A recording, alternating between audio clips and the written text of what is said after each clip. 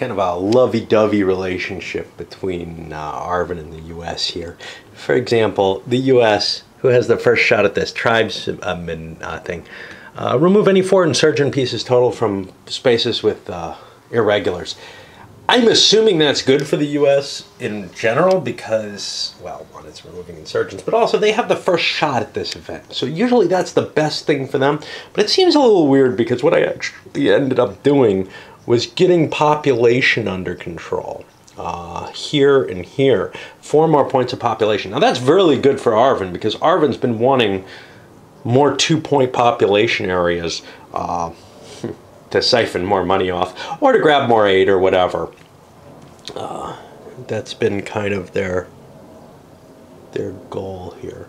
Now, has this made sense? This went up 10 to 25 and I took 1, 2, 3 off, but then I added some and it looks too damn low, and that's my problem. So, you know, this is what I'm talking about with the damn counters. I don't trust them. Twice I've done this for 10. That puts me to 25. I took 2 off the first time. I think I only took 1 off the second time. But then I added 3. So it should be up here. Now that's 4 missing, which doesn't quite sound like I made any particular error. I don't know. I'm going to leave it as it is. But, you know, we're going to assume that I'm going to screw things up in this game consistently because I can't keep tracks balanced. Okay. Now for the second action, we got these two with choices. First the VC, and I've got to look to see what they want to do, but chances are they're going to take it because they're not going to get a better option on this chart. It's almost assured that ARVN is going to want to take the first pick on this, and I don't think you know, the momentum, I don't think turning it the mines against the bases is particularly that much better. I'd probably take it if I had the option, but I think chances are that these mines are going to be used by ARVN, in part because I think ambush is a very powerful option. It allows me to make those attacks without a die roll to kill off units. So for ARVN, I'm looking at doing a march activity and a subversion. I need to get more troops, and the idea of subverting, I'm sorry, for the VC, the idea of subverting ARVN troops seems appealing. I see some places where I can do this pretty easily. So now I activate spaces, the destination spaces. And these are particularly interesting. 1, 2. The problem here is I can't get into these without opening myself up here. I could rally and increase my guerrillas instead, but it feels like the opportunity right now is good enough for this, and I'm going to do this, and it costs me anyway. It costs me 2 resources. I'm kind of poor, although everybody's kind of poor now. And I'm just going to, in each case, drop 1 in here. Now, the reasons I'm going into these spaces is that there's only 1 enemy unit there, plus the VC unit puts us to 2. I have to worry if I exceed 3. So I could actually move into here too. That doesn't exceed 3. So I'll spend another resource on that. And now, when I do subversion, I can only do it to 2 spaces. I'm not sure. This one, I'm weakening one of my bases that I don't really want to weaken. That's kind of a valuable area. These guys, where did I come from? Well, I came from here where I don't really have any power, and I came from here where I do. Now, I would rather keep this guy kicking around because he gives me some flexibility. But here I need to keep someone to protect the base. I probably should have more people, but we're going to have to rally at some point. So I don't get any special actions for this. I don't get activated though. Now I want to do subvert. I can do this to 1 or 2 spaces each with an underground VC guerrilla and any ARVN troops or police. And it's going to allow me to remove 2 cubes or replace 1 with a VC guerrilla. For every 2 ARVN pieces I remove, I take away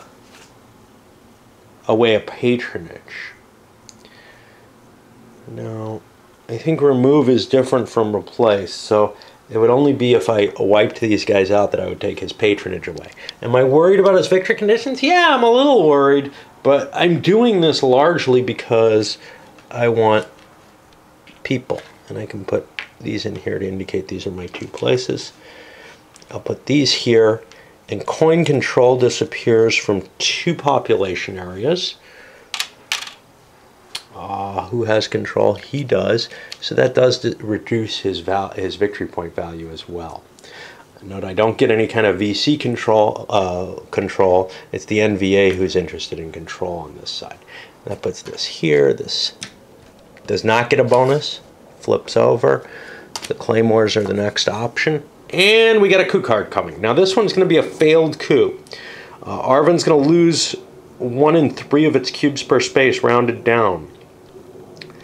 Placed below any ARVN leader card. I guess it goes under the map in this case. Conduct a coup round. Victory question mark to reset. I don't know what that means. If this card is next, no sweep or march, airlift, and airstrike are max 2. So those are some things we're not going to be able to do.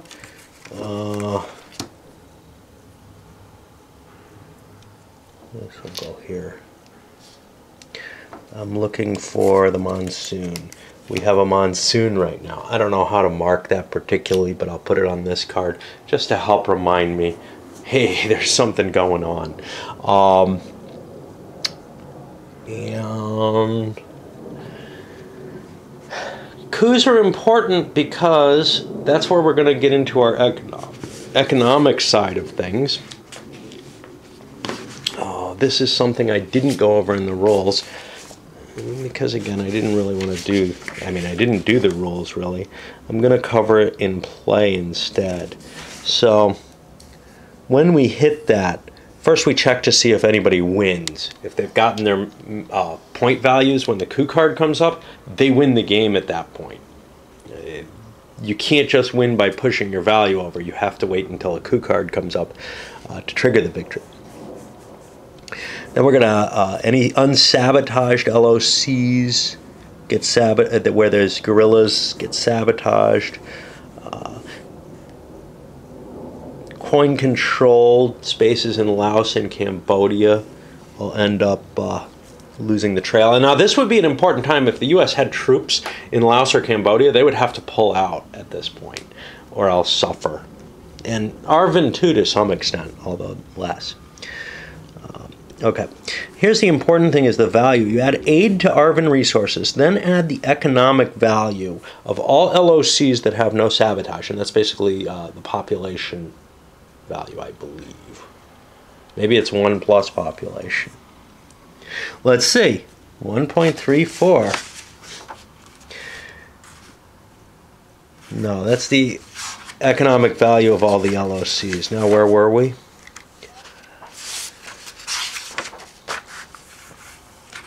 Now add the economic value of all LOCs that have no sabotage, which is 15 if nobody's sabotaged any, and adjust the econ marker to show that the unsabotaged econ is there. So I add aid to ARVN and economic value. I don't do anything with the population here. And for the insurgents, the VC get points for each base, and the NVC get points, or NVA, get points for Laos and Cambodian bases, plus twice the trail value. So their infiltration ability is what their money value comes to. It includes naval support as well. If you've ever played the CARP game, you've got kind of, the two are handled separately. The trail is one thing that can be interdicted, and the coastal supply is another, and they can only be used, where they would make sense. Here it's more abstracted, and it makes it's fine with that. Subtract from aid 3 times the number of pieces in the casualty box. So those U.S. casualties are going to hurt aid. Then we get support in the support phase, where pacification and agitation can be bought to change the limits, and that's based on control. If you have control, you get that.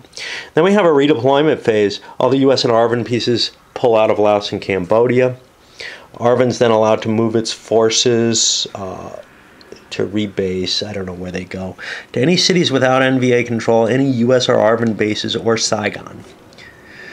Which is important because even if Saigon's controlled by the NVA, you can move there. ARVN may then move any police to any LOCs or any coin-controlled spaces within South Vietnam. And this is kind of like, again, in a distant plane, the police, and I think Indian Abyss has a difference between police and military. The police can redeploy one way, the military in a slightly different way. And it's meant to represent, you know, the doctrines in place for those different organizations. Then the NVA gets to go to any NVA bases, even in coin-controlled areas. Then you check the control to make sure that it doesn't change. And then if it's the final round of the game, you have an automatic end. And then you're going to hit this commitment phase. If it's not the final round, 1 in 3 of the U.S. troop and all base casualties go into the out-of-play box.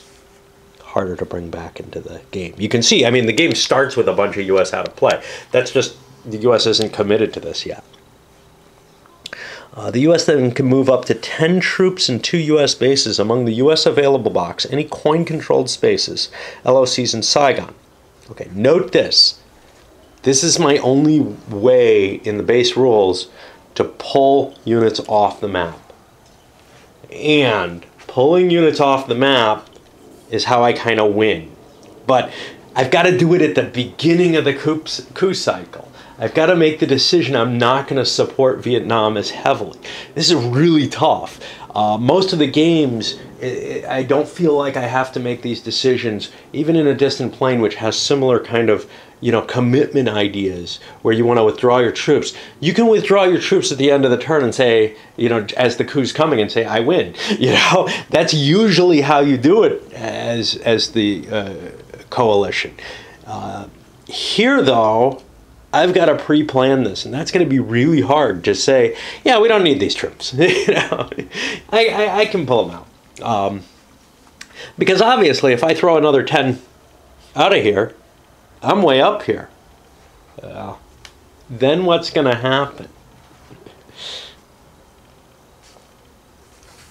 Without those U.S. troops on the board. And that's something I got to think about real hard. You know, what can the U.S. do without a lot of troops?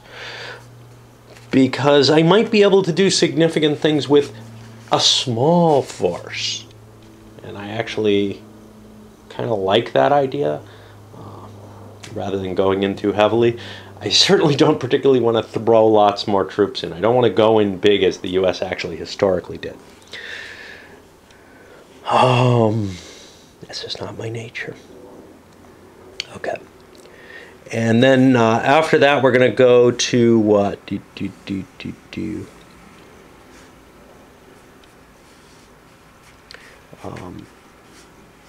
Just some reset. The trail gets centralized. Terror and sabotage are removed.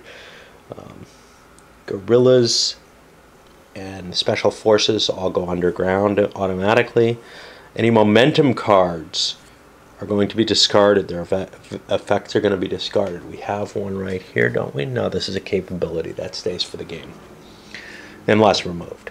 All factions become eligible. The next card is going to be open for bid. So that's another interesting thing about the coup card, is you definitely want to take this action, right? So being the guy who goes just before the coup can, you know, if you're one of those 2 powers that gets an action there, it changes some of the dynamics of what you choose to do and what you don't. And then, well, then you start with the card that was revealed by the coup card coming up. I don't know if there's a hell of a lot. Yeah, you can do some redeployments and stuff based on what that next card is. So there is a reason for that. So that's what the pattern here is. And I think it's pretty close to the ADP one. I don't really remember Andean Abysses. The only big difference is the way the US pulls out, as far as I can see. Lots of babbling again. Hey, you know, this is what happens when the rolls are short. Before we go to the coup round, I've got a troubling choice here. The ARVN used the big operations plus special activity, and they fired off training again, getting additional aid, just boosting their income this way. And they built themselves a pile of units in one space, all down here. I don't know if this is the best place, but I'm going to get to, you know, reposition. And then I used transport to pull units out of, I think, Hue, military units, and I took control of a couple of regions, boosting my victory point total. I'm not going to, you know, break that 50 that I need to break on this first coup. I've heard of games ending on the first coup phase. Not in this one necessarily, but in some of this series. That's got to be... That's kind of the, wow, you know, people are not really on the ball here. And certainly I'm not on the ball, so I'm always kind of afraid it's going to happen, at least at this point. But that helped me to do some things. But one interesting thing here is all rangers get flipped underground. I had to look that up. And yes, in the rules, it does specify every ranger on the map. That's the ARVN rangers. Now, there aren't a lot. There's a few more available later. But that's a kind of neat thing. It's not just the ones you moved. All your rangers get to go underground for that. Not that going underground in this isn't as important as in some games, I don't think. But now I'm on the NVA. And the NVA is kind of interested in the claymores. That removes a coin base and an underground insurgent from a space with both. So I could take these VCs and destroy a US base. And you know, US bases automatically go out of play. Overall, that seems like a really cool event. The US is kind of cursing that they're back here. They saw that sucker there and they chose to take the card before it, the tribesman card. But both were good cards. And, you know, sometimes you're just faced with something like that. They weren't sure that that claymore would get used. And I'm not sure either, because the VC have other things. Now, one of the things in the game is, I would expect there are tons of player aids here, right? And here maybe it is. Where's the income? Yeah, no. Resources. Degrade tail, arbor. NVA, yeah, here it is. Number of bases in last. Okay, so I was looking for some place where the value of that income was included. I thought it might be useful to have here because victory is. They give so much in terms of player aid here. First of all, this is part of the random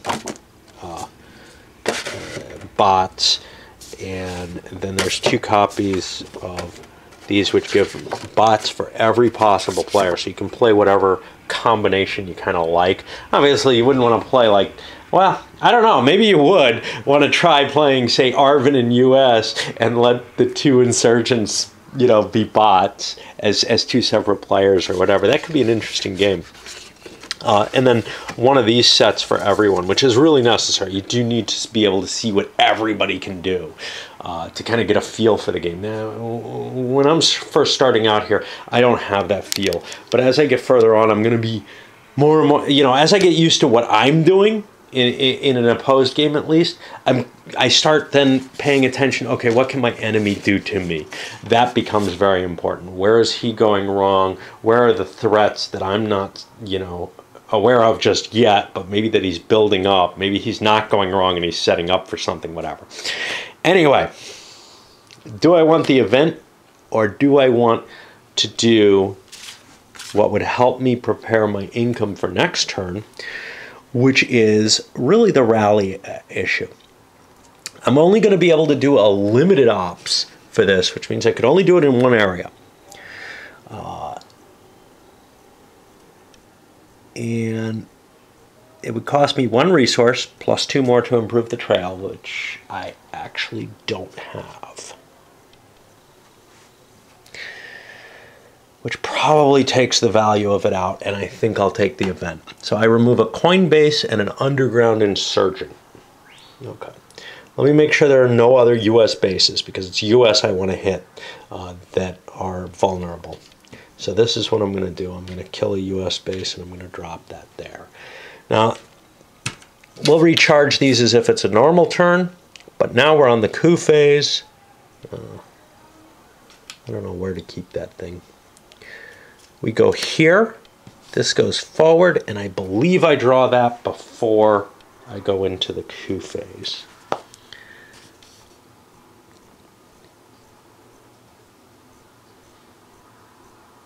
Additional coup cards are played without a coup round.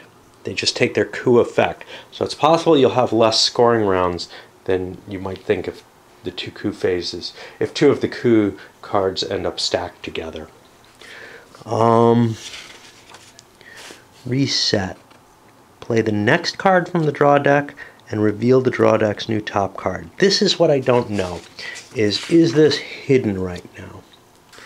I had been talking about that it isn't, but the last event operations may not include sweep nor march, U.S. airstrikes and airlift. Are these both listed here? I don't know about march. I thought march was not. It says not in monsoon. Okay, so I got to be careful to make sure that I'm paying attention to these little red things. You start putting colors in it, I don't pay attention to them. Not in monsoon again. What am I trying to look up here? Damned if I know. Okay.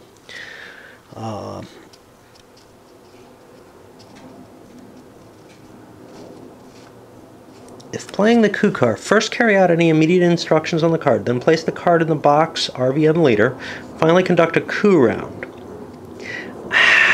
It's not obvious to me, but I think that card is not revealed the way it's worded. So, this is a failed coup. ARVN removes 1 in 3 of its cubes per space, round down. And then this goes below the Marvin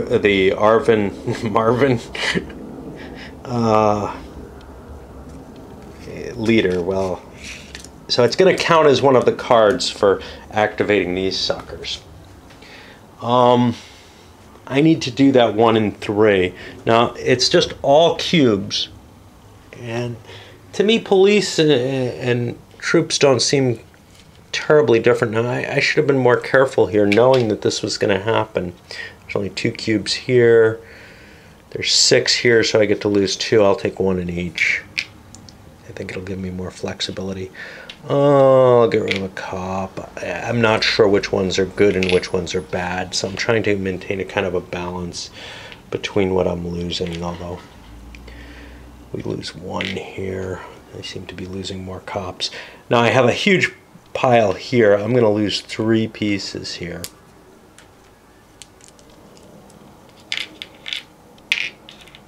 And cops are kind of useful though, because I can redeploy them out to the field for control.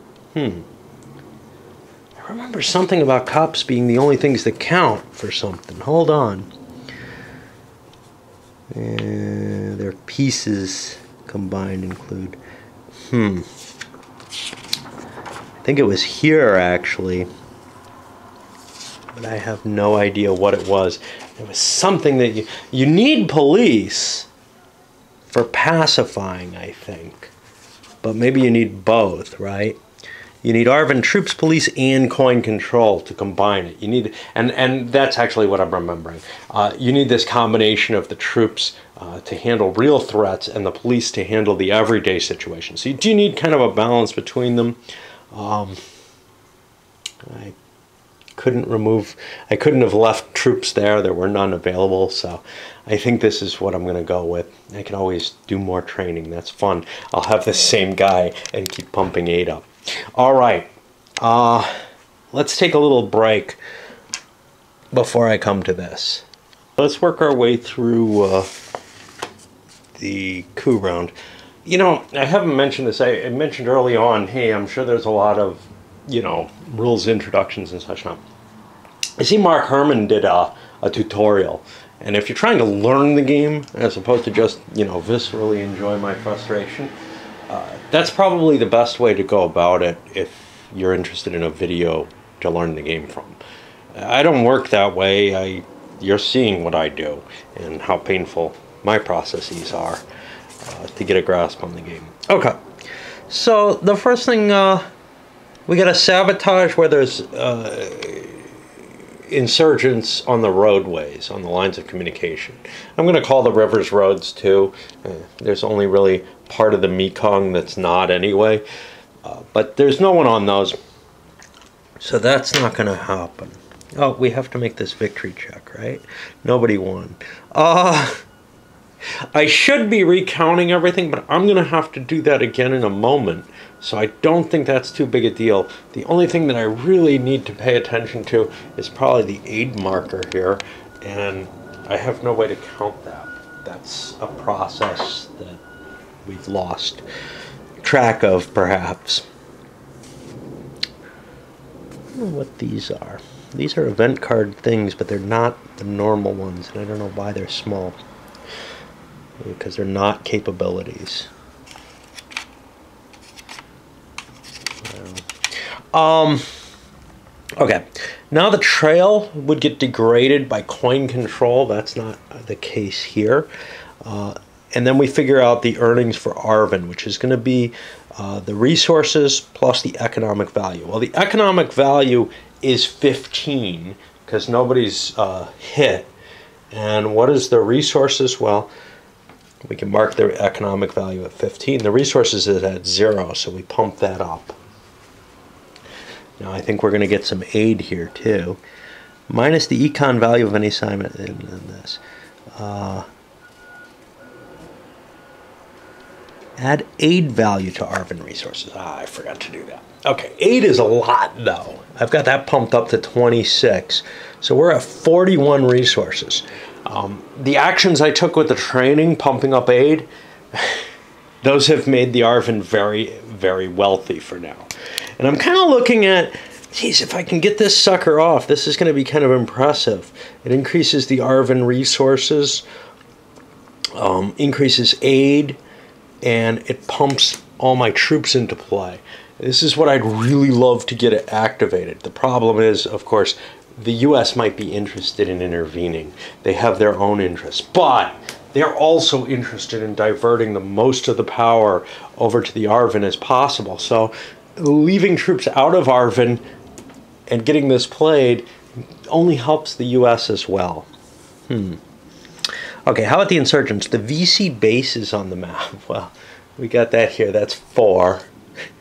You can see the insurgencies, as it always, don't make a lot of money. They got to find their money other ways. The VC are able to tax.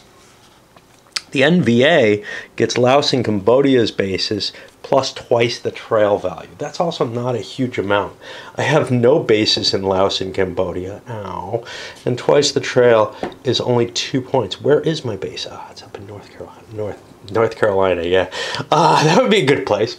So I only get $2. This is why I wanted to do, I don't know if it's training or rally. I think it's called rally for them. That would allow their forces to get into better shape. But on the other hand, whacking some of the U.S. stuff, I just couldn't help myself. All right, now we subtract aid times 3 times the number of pieces in the casualty box. Well, I've got 4 in here, so 12 comes off the aid. So that goes down to 14. And you can see the U.S. losses have cut back on how much they're willing to commit to help the ARVN in the future. you don't want to get things killed. And that makes so much sense in Vietnam. But, you know, it wasn't absolutely clear to me that it was going to start being this damaging this early. Luckily, I still have Min in charge. He'll be useful for that. Okay. U.S. ARVN and VC can spend their resources to up the support. U.S. and ARVN, combined total of 4 provinces. Now, here's the thing. I'm not sure who gets to choose what. U.S. and then ARVN in a combined total. So if the U.S. wants to up support, well, they do. So in order to do this, they need to be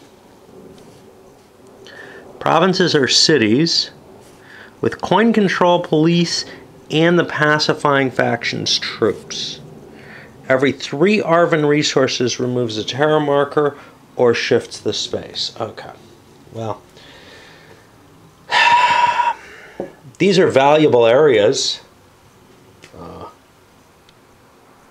for the U.S. to improve. So they are actually really important to me. Elsewhere, this is already pumped up. Thanks, ARVN. You did some good jobs. The problem is there's no police here.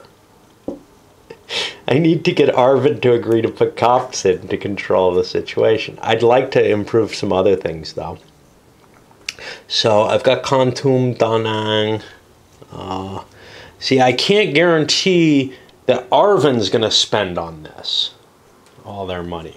I could cut a deal with them and talk to them about it. Hey, you know, I'd really like to see you improve. And there's no cops down here. And there's no troops down here. I wasn't properly prepared for this segment, not knowing the game. So, we're going to spend 6. I'm going to put markers in Da Nang and 6 more in Kon Tum. Hey, there goes all my money, you bastard! And that gets me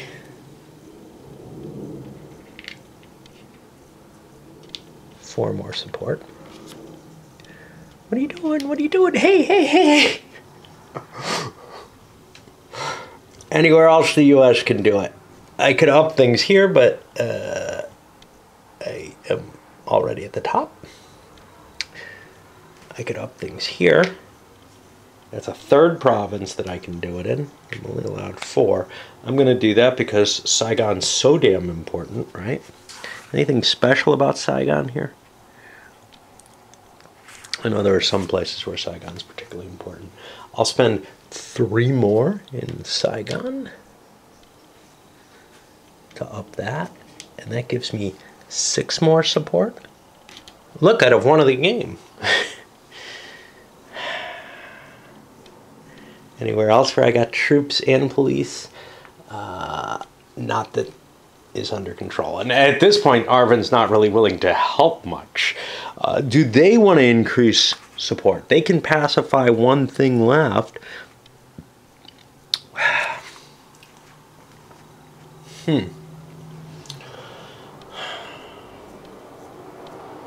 I'm not really interested in helping the U.S. here. I've been kind of helpful to them in a lot of places, but man, that victory point total is scary big, and I may be neglecting U.S. needs for a little bit.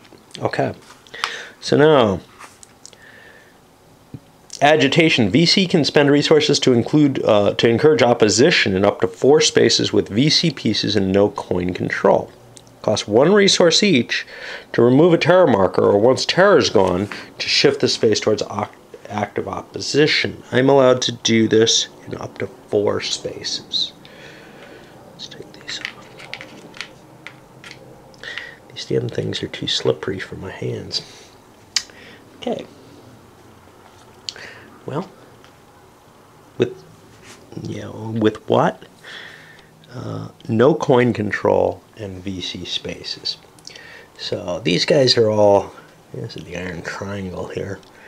These guys are all pretty much as good as they can go. I could shoot these down. I got a decent amount of resources, so I might as well agitate, and I'm able to do this a maximum of 2 levels per space. So for $2,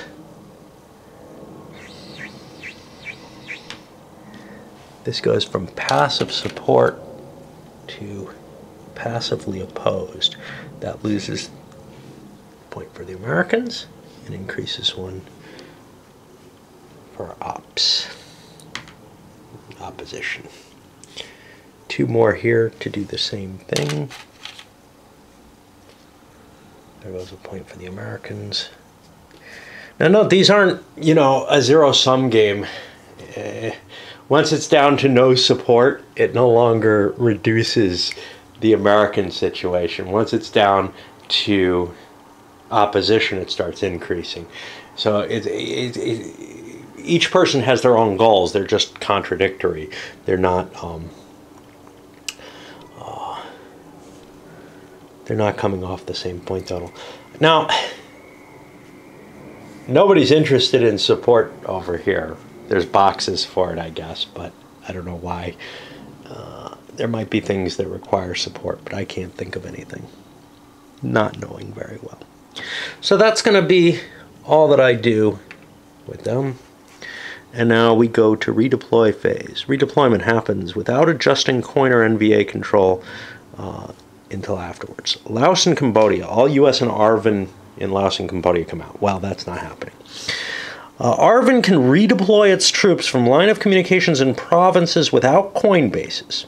Actually, it must. This is going to cause some problems for them. Where does it come from? Remove its troops from LOC in provinces, not cities, without coin bases. I'm not sure why I went into these places, because I got to get out of them. It's troops. That's not its police. There's no coin base here. There's no coin base here. Okay. And now,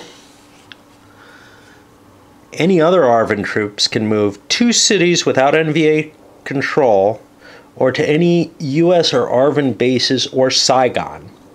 And then I can move the police out to any LOCs or to any coin-controlled spaces within South Vietnam. Now this is important because these are coin-controlled, so the cops can go out there. I'm going to figure out what that deployment's going to look like a little off camera. It has the option to move their troops from any map spaces to any NVA spaces. Well, there are no NVA troops on the board yet. How am I going to get them? Did the game end? No. So now, it's not the final round. 1 in 3 US troops and all base casualties leave play. There are no troops here. Those are mainly indigenous and a few special ops units, so that's why. The US put all other US casualties into the available box. Now, the US is allowed to move up to 10 troops. I don't know what to do here. I don't want to drop too far below because I like my support plus available. But I need to get a base on the, I need to get bases deployed.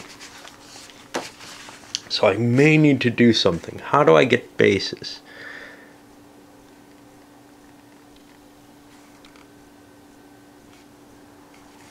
I don't know. How do I get bases? And 2 US bases among any coin-controlled spaces, lines of communication in Saigon. Well, what do my bases do? I don't know why I have numbers on my bases. I don't know that they affect anything. Shit. Alright, I'm going to have to try to look for why there's a numerical count on my bases, because there isn't one over on ARVN. It may have to do with the bots, but I'm not sure. So I'm going to have to look through all the rules, because I doubt that it's anywhere except in the one little place where it makes any sense to be. Maybe the index will help me, we'll see. But it's for. These count towards this. So I've got 22 points here. 23, 24, 25, 26, 27, 28, 29, 30, 31, 32, 33, 34,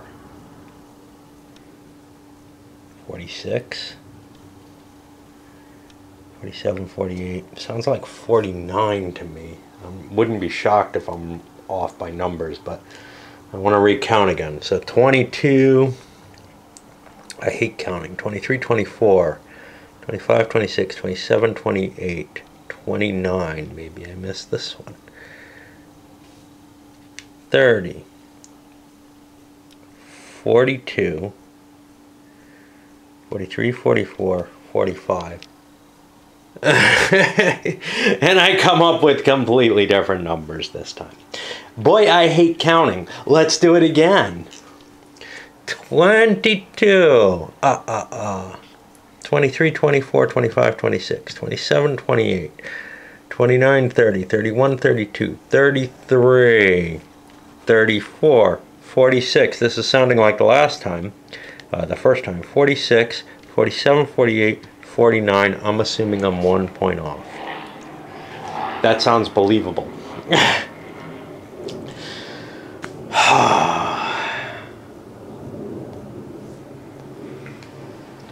Well, I'm not going to be able to keep my support up very high if I pull all my troops out. That's the problem. What do bases do for me? What will troops do for me? All of this is stuff I have to contemplate from here. And it's going to take me probably a good half hour to figure out what I'm going to do. So obviously I'll take that offline. I'm a lazy person. I'm making the assumption, which I may find to be false later, that the U.S. bases are not going to be able to be targeted as long as there are ARVN forces present. I've decided to put my 2 U.S. bases in play. Why? Because that allows ARVN to take more of the responsibility on. Now, the problem is there aren't a lot of ARVN forces on the board. This is the period when you kind of want to escalate the war in a lot of ways, I would guess, in order to hold out. But it doesn't look to me like the VC's doing that well, nor the NVA. It looks to me like we're holding our own against them. So I dropped a base down here and here. These don't change control anywhere. I could throw troops to help control things.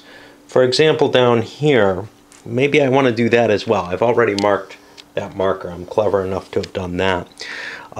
If I do training, I can also pacify. However, place 1 to 2, then up to 1 coin controlled training space, pay to pacify 1 or 2 levels, or if Saigon, convert patronage to ARVN resources.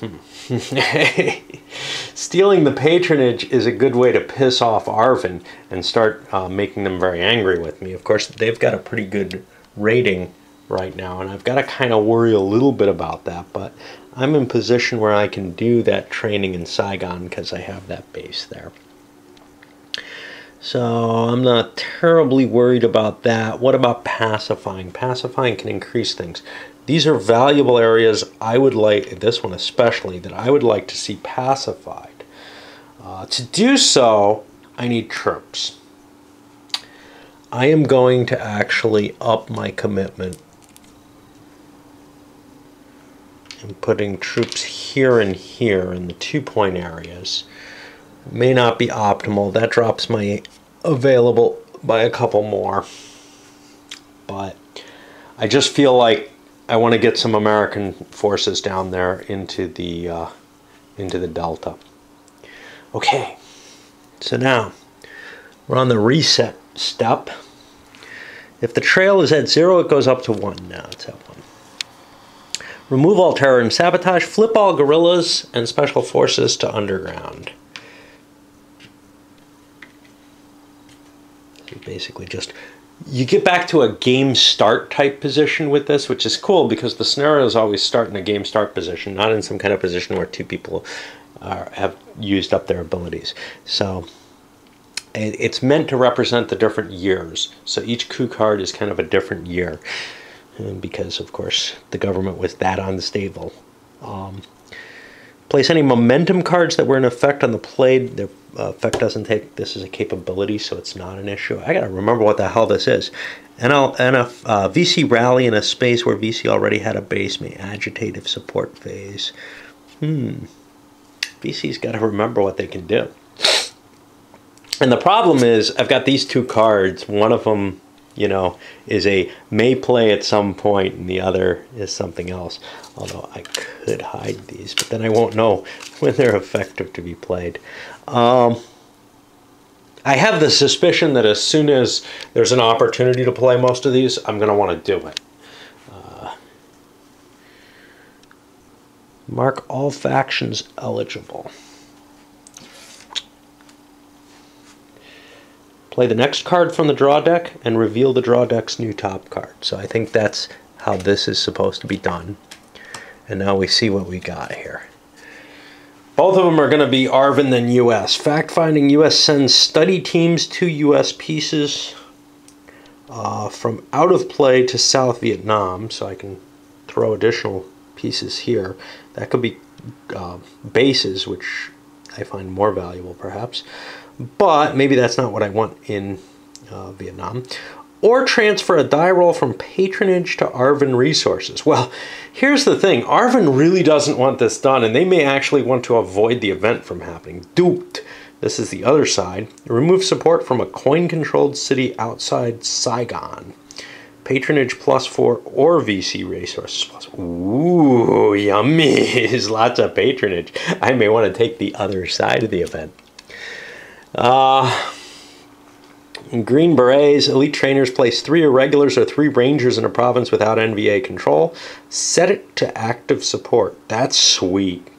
The US really likes the idea of that. So if ARVN's going to be screwing around with this duped, stealing money, well, I'm probably going to hold off and pass to take a resource. Who gets the resource if the US passes? Hey! What's up with that? Insurgent +1 resource, coin +3 ARVN resources. Oh, so either coin side can pass to bump up ARVN resources. That's kind of cool because in a lot of ways the US wants those way up. ARVN itself can like say, oh, my economy's 15, you know. If we drop it below that, I'm happy, then I control all the resources. Yeah, this looks like a bad start for the insurgents, and because part of the deck's not in the game, you don't know whether or not this deck is going to be balanced for you, which of course pleases me. You know, you can assume it probably will be. Some people like a little less luck in their games. I like things to be kind of more randomized as they are. I guess there are ways you could probably coordinate the game, say, you know, events that have the 2 coin sides on them. Divide the decks into events that have the 2 coin sides first and the 2 insurgents first. Or divide the decks by which color is first. And make sure you take an equal allotment from those, just to ensure some kind of balance there. I don't see anything like that in the rules, but it seems like a fair option if you really don't like an unbalanced situation. All right. You know, I think I'm all good in terms of counting. I don't think anything's really changed. In particular, NVA controls haven't changed. I kept all my coin controls, even the one that's worth nothing, on the board. So I'm going to pretend everything's good, right?